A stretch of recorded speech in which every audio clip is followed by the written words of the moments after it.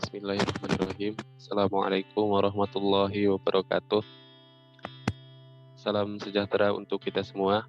Perkenalkan, saya Rizky Hoirul Ikhwan selaku moderator dari kelompok 8 mata kuliah Komunikasi Bisnis dengan dosen pengampu Ibu Dr. Nova Mardiana SEMM. Kelompok kami terdiri dari Almer Javierafi, kemudian Maulana Syamsul Hidayat, Valencia Rusli, dan yang terakhir ada Robin Hernandez. Izinkan kami mempresentasikan materi bab 13 mengenai penulisan surat lamaran kerja. Berikut terlebih dahulu kami tampilkan video pendek mengenai materi surat lamaran kerja.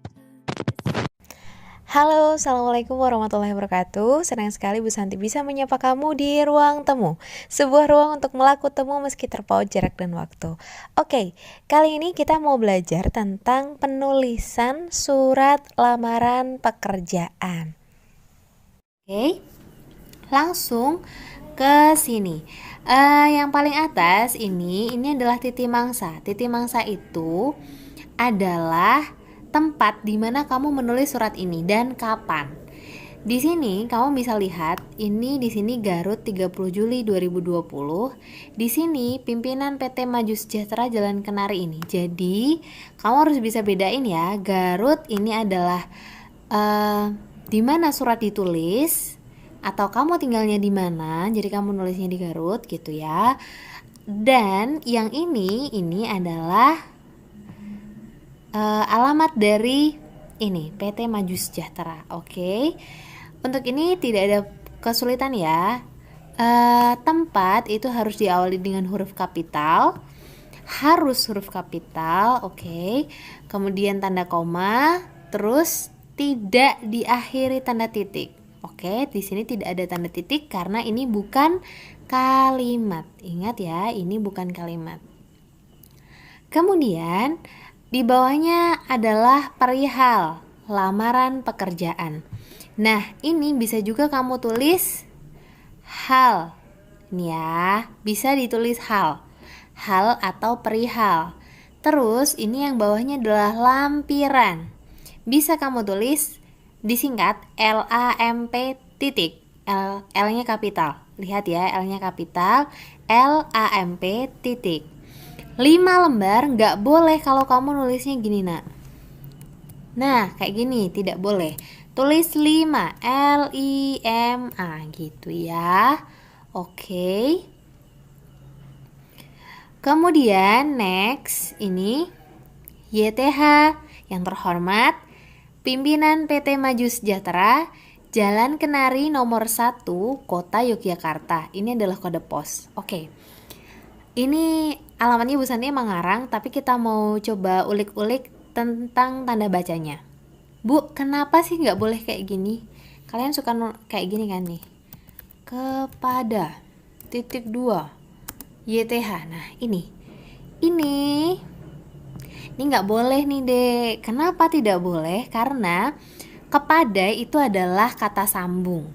Kata sambung tuh bolehnya ada di tengah-tengah kalimat. Itu kalimat bukan? Itu ada di tengah-tengah bukan?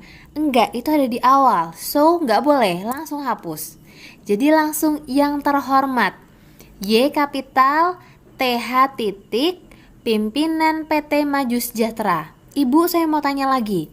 Kenapa di sini enggak pakai titik gini, Bu? Kenapa ditulisnya kayak gini? PT titik Maju Sejahtera. Kenapa Bu nggak kayak gini? Kenapa ayo? Karena yang pakai tanda titik itu hanya singkatan nama dan gelar. Kamu bisa cek di PUEBI atau Pedoman Umum Ejaan Bahasa Indonesia. Banyak banget e-booknya, silahkan di-download dan dibaca tentang penggunaan tanda titik di singkatan gini ya. Ini PT itu kepanjangannya adalah perseroan terbatas. Ini nama atau bukan? Bukan. Ini adalah jenis dari sebuah usaha gitu ya.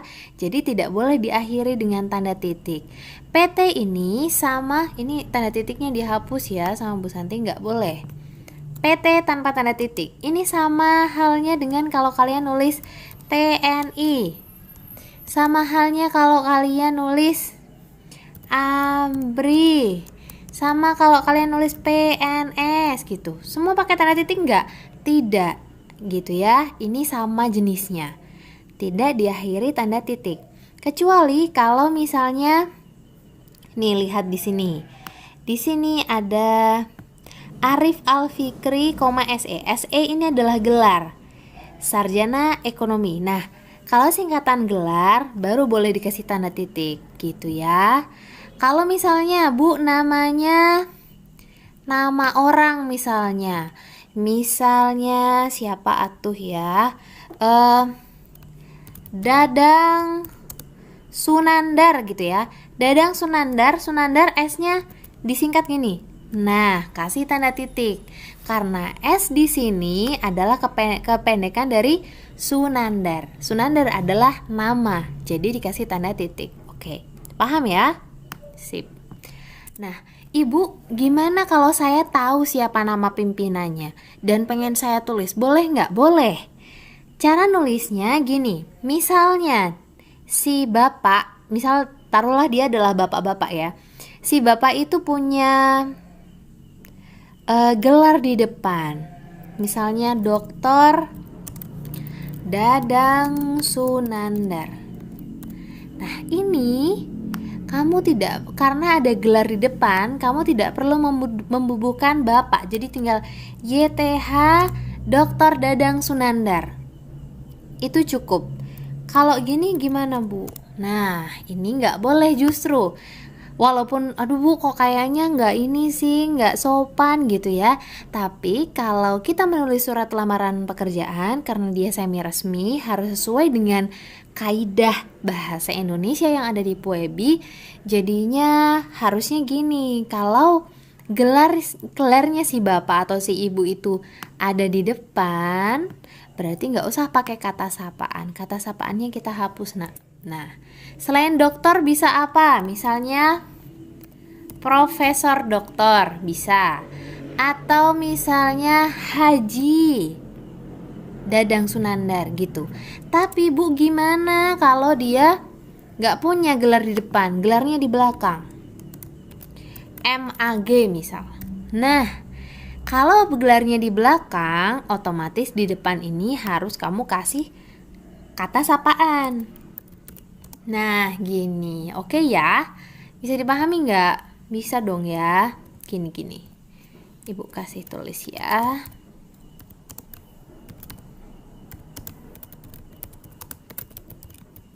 Ya. Jadi, kalau misalnya ada gelar di depan, otomatis tidak perlu dengan kata sapaan. Tapi kalau gelarnya di belakang, otomatis harus menggunakan kata sapaan. Boleh Bapak atau Ibu. Oke, gitu ya. Sip. Kemudian, Bu, ini kita tutup ya. Ini sudah ya, paham ya? Oke. Kemudian Bu Santi akan ke sini. Jalan Kenari nomor 1. Bu Santi kasih lihat di sini. Oh no, bukan ini Nak. Nah, ini boleh nggak sih Bu kalau saya nulisnya JL? Suka lihat gini kan? Kayak gitu kan? Boleh nggak Bu? Gitu. Ini boleh nggak? Oh no, sayangnya nggak boleh. Jadi jalan itu harus ditulis JALAN. Nggak boleh JL, nggak boleh JLN. JLN itu juga nggak boleh. Kenapa Bu? Kalau saya suka lihat di pinggir-pinggir jalan suka banyak yang nulisnya JL titik. Ya berarti sayang sekali yang punya papan-papan di jalan itu tidak melihat kaidah bahasa Indonesia yang ada di PUEBI. Nah karena ini surat semi resmi, apalagi kalau besok kalian membuat surat resmi, kalian harus banget menggunakan kaidah bahasa Indonesia yang baik. Jadi kata jalan itu tidak punya singkatan resminya, harus ditulis JALAN.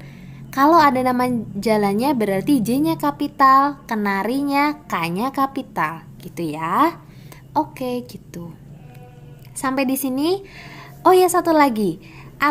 Semua alamat tidak diakhiri tanda titik ya anak ya, karena alamat itu bukan kalimat. Oke? Salam pembuka ya. Bu, boleh nggak kalau sebelum dengan hormat saya kasih assalamualaikum? Boleh banget. Assalamualaikum warahmatullahi wabarakatuh, gitu ya. Boleh. Ini boleh, tapi karena assalamualaikum ini adalah bahasa Arab gitu kan, jadi kita harus miringkan gini. Dengan hormat. Hati-hati, di sini yang perlu kamu perhatikan adalah dengan hormat D-nya harus kapital. Ingat ya, D-nya harus kapital. Nih.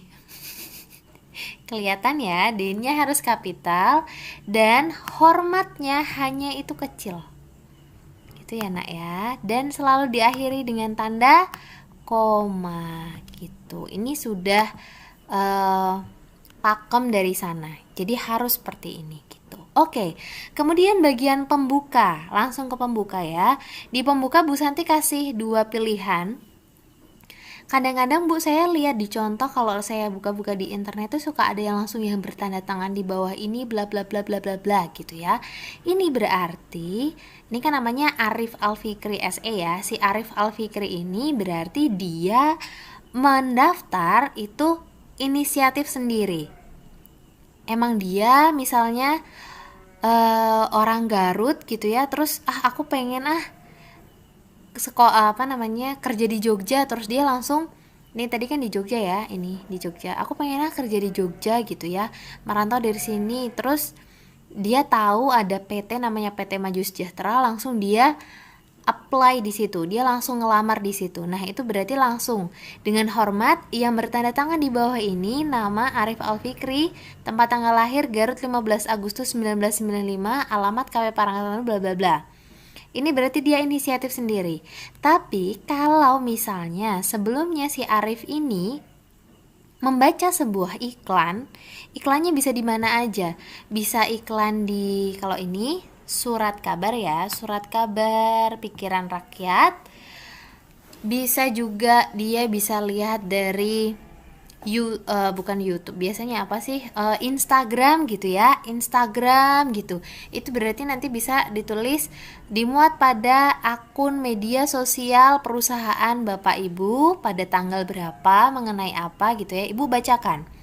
Kalau berdasarkan iklan, maka penulisan pembukaannya gini. Berdasarkan iklan yang dimuat pada surat kabar pikiran rakyat tanggal 8 Juni 2020 mengenai lowongan manajer pemasaran di perusahaan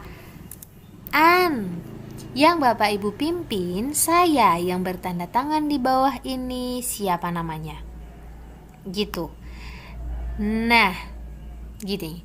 Kalau Bu misalnya dari akun media sosial, kita hapus ini, ganti akun, bisa Facebook, Instagram, Twitter gitu ya. Kamu boleh nulisnya media sosial aja, atau mau langsung ditulis Instagram gitu juga boleh. Berdasarkan iklan yang dimuat pada akun media sosial perusahaan PT ini misalnya gitu, mengenai lowongan manajer pemasaran di sini bla bla bla bla bla bla. Gitu. Endingnya sama. Gitu ya. Bu, kenapa? Mungkin ini akan jadi pertanyaan kalian. Lihat di sini, perhatikan. Bu Santi akan bold. Bu Santi kasih warna ya. Nah, Bu, kenapa ini nulisnya manajer bukan manager atau manajer gitu ya? Nah, dari berbagai kata-kata itu tadi, ini adalah yang sesuai yang ada di KBBI, yang sudah diserap dalam bahasa Indonesia dalam KBBI. Itu nulisnya manajer gitu ya. Oke, kemudian di sini kalian akan lihat di 2 contoh ini. Di sini bisa kalian lihat ini N-nya kecil ya. Ini N-nya kecil. Terus T-nya kecil, ya kan? A-nya kecil di kata alamat, kecil, ya kan?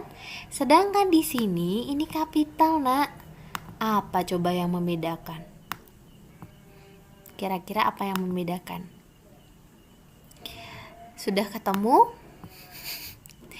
Yang membedakan adalah ini ya, beda ya. Yang membedakan adalah tanda baca di sini. Lihat di kolom yang atas, ini tanda bacanya adalah tanda titik 2. Berarti di sini kalimatnya belum selesai. Tanda titik 2 ya. Yang bertanda tangan di bawah ini nama bla bla bla, tempat tanggalnya bla bla bla, selesai. Nah, kalau di sini saya yang bertanda tangan di bawah ini titik. Lihat, di sini tanda titik yang Bu Santi munculkan. Ini boleh nggak, Bu? Boleh. Karena di sini tanda titik, maka ini harus dengan kapital. Nama, tempat, pendidikan terakhir, alamat ini dengan kapital. Gitu ya, sore ini kecil, Nak. Gitu ya. Bisa dipahami, oke? Nah, kemudian seperti yang tadi Ibu jelaskan, sudah dijelaskan ya, ini tidak boleh pakai tanda titik, alamat tidak boleh dengan tanda titik. Kemudian penulisan ini kalau misalnya udah, misalnya SE ya, biar samalah kayak atasnya. Nah, misalnya ada gelarnya, berarti Arif Alfikri, langsung dikasih koma, terus ini koma, terus kasih spasi sekali. Tak, kasih spasi, baru antar gelar ini nggak boleh ada spasinya. S titik E titik. Nggak boleh nulisnya S titik spasi E titik. Nah, nggak boleh begini. Langsung. Nah, gitu ya. Misalnya gelarnya 2, Bu, gimana? SE sama SPD misalnya. SE titik, kasih koma, kasih spasi, tulis gelar selanjutnya. S titik PD titik.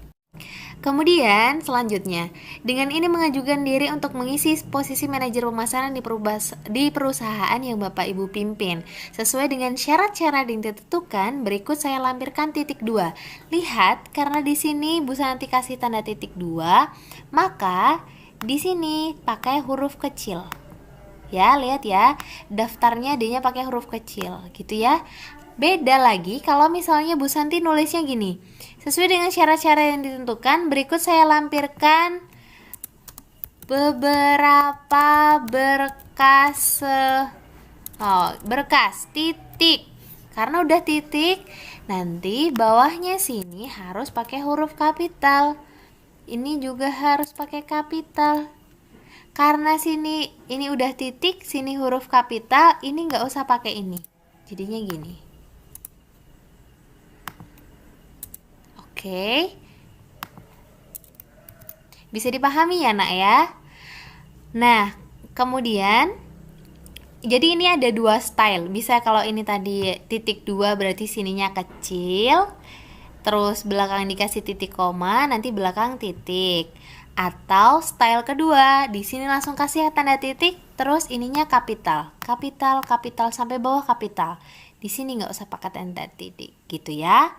Terus penulisan fotokopi kayak gini, nggak boleh ditulis PHOTOCOPY gitu. Itu masih bahasa Inggris. Kalian langsung gunakan dengan bahasa Indonesia, fotokopi, gitu ya. Kemudian penulisan ini, kata sapaan Bapak atau Ibu harus diawali huruf kapital. B, I itu kapital. Gitu ya, Nak. Don't forget ini harus masuk. Ini juga masuk gini. Nah, kemudian langsung penutup. Demikian surat lamaran ini saya sampaikan. Besar harapan saya dapat diterima di perusahaan yang Bapak Ibu pimpin. Atas perhatian Bapak Ibu saya ucapkan terima kasih. Ini sudah cukup. Boleh nggak, Bu, kalau ininya nggak usah? Ininya nggak usah, boleh nggak? Boleh. Gitu ya. Tinggal penutup. Wassalamualaikum warahmatullahi wabarakatuh. Jangan lupa dimiringkan karena dia adalah bahasa Arab. Kemudian dikasih salam penutup. Hormat saya. Sama dengan yang tadi di atas, salam pembuka dengan hormat selalu diawali dengan huruf kapital. Ini huruf kapital ya, dan diakhiri dengan tanda koma. Hormat saya. Kemudian di sini kalian kasih tanda tangan dan di bawahnya nama terang kalian. Bu, boleh nggak kalau misal saya kasih tanda kurung gini? Biasanya pada gitu ya, tapi ternyata ini salah loh. Jadi tidak boleh gitu. Jadi langsung namanya aja. Oke? Nah, sekian dulu dari Bu Santi. Terima kasih sudah menyimak sampai akhir. Semoga kamu bisa memahami materi hari ini dengan baik. Silahkan like, subscribe, dan komen kalau kamu punya pertanyaan. Dan kamu bisa juga share video ini ke teman-teman kamu yang lain. Oke, sekian dari Bu Santi. Sampai jumpa di ruang temu berikutnya. Wassalamualaikum warahmatullahi wabarakatuh. Tujuan pembelajaran dari materi bab 13 ini yang pertama adalah menjelaskan pengertian surat lamaran kerja, kemudian yang kedua adalah mengetahui bagaimana menulis surat lamaran kerja yang baik dengan menggunakan pendekatan AIDA. Kemudian yang ketiga adalah menjelaskan berbagai kualifikasi penting yang diperlukan dalam surat lamaran kerja.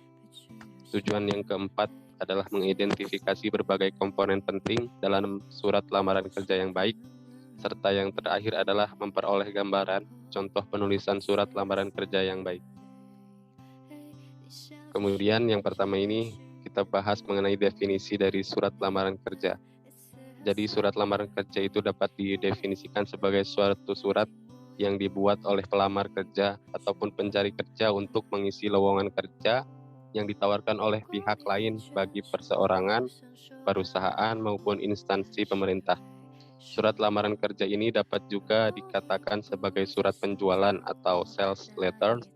Kemudian bagaimana seorang penjual produk yang berusaha meyakinkan para pembeli ataupun konsumen bahwa produk yang ditawarkan tersebut dapat memenuhi atau memuaskan kebutuhan mereka. Selanjutnya, berikut beberapa poin penting dalam penulisan surat lamaran kerja yang baik.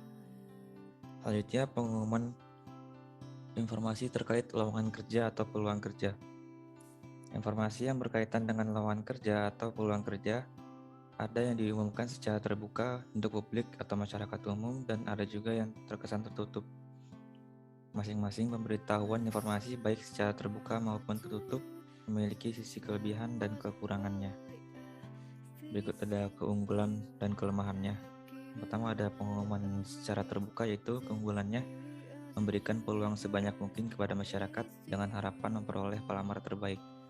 Kelemahannya yaitu waktu dan tenaga dalam proses rekrut menjadi lama dan mahal. Selanjutnya ada pengumuman secara tertutup. Kelebihannya yaitu proses penyelesaian rekrutmen dapat dilakukan lebih mudah dan cepat. Kelemahannya yaitu kualitas hasil seleksi pelamar kerja menjadi kurang optimal karena jumlah pelamar kerja relatif terbatas. Selanjutnya ada beberapa poin penting dalam tulisan surat lamaran kerja yang baik. Yang pertama, pilihlah kertas HTS ukuran kuarto atau A4. Ketebalan kertas tidak terlalu tipis dan tidak terlalu tebal. Pilihlah kertas yang berkualitas baik, bersih dan tidak berwarna atau berwarna putih. Hindari penulisan surat lamaran kerja pada kertas secara timbal balik atau bolak-balik. Apabila diketik dengan menggunakan program komputer seperti Microsoft Word, pilihlah jenis huruf atau font yang lazim digunakan untuk berkorespondensi seperti Times New Roman, Arial, atau Verdana dengan jarak spasi 1,5 dan ukuran 12. Hindari penulisan surat lamaran kerja dengan jenis huruf yang sulit dibaca seperti jenis huruf Webthings, Wingdings, Miss Outlook, dan sebagainya. Apabila ditulis dengan tulis tangan, maka usahakan ditulis dengan format tulisan yang baik. Pilihlah amplop yang baik dan sesuai dengan besarnya ukuran surat lamaran kerja. Usahakan surat tersebut tidak dilipat-lipat. Hindari coretan atau menggunakan tipex dalam penulisan surat lamaran kerja agar terlihat rapih. Pendekatan AIDA. Bagaimana penulisan resume? Penulisan surat lamaran kerja juga perlu memperhatikan pendekatan, yaitu attention, interest, desire, and action, atau disingkat AIDA, untuk menarik perhatian pembaca. Yang pertama ada attention. Pelamar kerja harus meyakinkan pihak lain yang dalam hal ini adalah pemberi kerja bahwa dia memiliki sesuatu yang bermanfaat atau dapat menumbuhkan rasa tertarik bagi pihak lain itu. Yang kedua ada interest.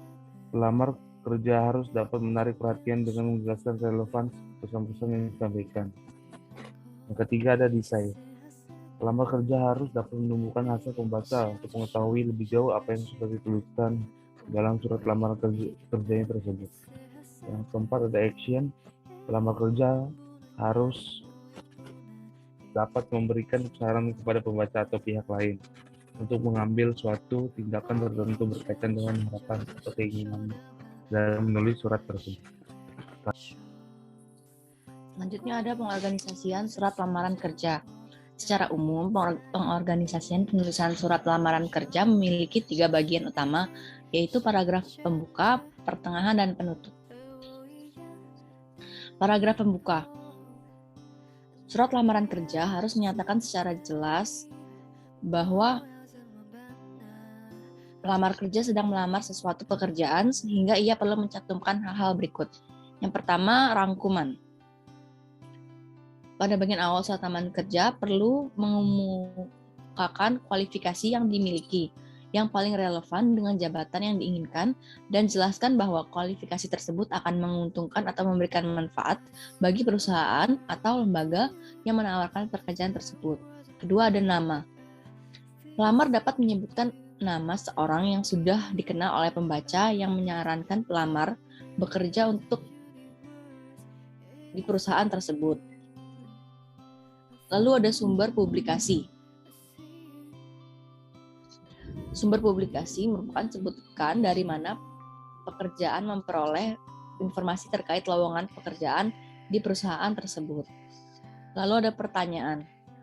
Gunakan kalimat tanya di awal paragraf untuk menarik perhatian pembaca yang menunjukkan bahwa pelamar kerja mengetahui masalah, kebutuhan, dan tujuan suatu perusahaan serta mempunyai keinginan untuk dapat membantu memecahkan masalah tersebut. Yang kelima ada cuplikan berita. Pelamar dapat mencantumkan cuplikan berita yang menyebutkan bahwa suatu perusahaan sedang membuka kantor cabang, mengeluarkan produk baru, memerlukan staf tambahan, dan lain sebagainya. Lalu ada paragraf pertengahan. Dalam paragraf pertengahan ini, pelamar kerja perlu mendiskusikan kualifikasi yang dimilikinya dari sudut pandang pembaca atau employee yang mencakup pendidikan. Lalu pengalaman kerja, dan yang terakhir sikap, minat, aktivitas, dan kualitas. Next. Lalu yang terakhir ada paragraf penutup. Paragraf terakhir dari surat lamaran kerja pada umumnya berisi suatu harapan tindakan atau action sebagaimana yang terdapat pada surat-surat penjualan. Pelamar kerja dengan jelas menyatakan keinginannya untuk melakukan wawancara sesuai dengan waktu yang telah disediakan oleh perusahaan atau lembaga yang dilamar. Pada umumnya, di bagian terakhir ini berisi suatu harapan tindakan yang terdapat pada surat-surat penjualan. Pelamar dapat mencantumkan alamat yang jelas, email, serta nomor telepon yang dapat dihubungi. Baik. Yang terakhir kita akan membahas beberapa tips untuk pelamar kerja. Ada beberapa hal yang perlu diperhatikan oleh pelamar kerja guna tercapainya tujuan. Yang pertama, hal yang perlu diperhatikan antara lain, pelamar kerja harus mempunyai kualifikasi atau pengalaman kerja untuk mengisi posisi pekerjaan yang dikehendaki dalam suatu perusahaan. Kemudian, bangkitkan minat terhadap kualifikasi yang dimiliki, tunjukkan hal-hal yang positif, usahakan surat lamaran kerja rapi, bersih, serta menarik. Selanjutnya, tulislah surat dari sudut pandang pembaca, bukan dari sudut pandang penulis. Dan yang terakhir, tekankan hal-hal yang membedakan dengan pelamar lainnya. Kemudian ada juga beberapa hal yang harus dihindari. Antara lain yaitu jangan melamar pekerjaan di luar kemampuan Anda. Selanjutnya, jangan mengirimkan surat lamaran kerja hasil fotokopi. Kemudian, jangan mengatakan bahwa Anda menerima jenis pekerjaan apa saja. Hindari kata-kata yang berlebihan. Jangan meminta belas kasihan terhadap perusahaan yang dilamar. Hindari untuk mempermasalahkan gaji, kecuali ketika ditanyakan pada saat wawancara kerja. Serta yang terakhir, jangan memberi komentar langsung tentang karakter pribadi kalau tidak diminta. Sekian untuk tips yang harus diperhatikan oleh pelamar kerja. Untuk selanjutnya, saya serahkan kembali ke moderator. Sekian presentasi dari kelompok kami. Semoga bermanfaat. Terima kasih atas perhatiannya. Assalamualaikum warahmatullahi wabarakatuh.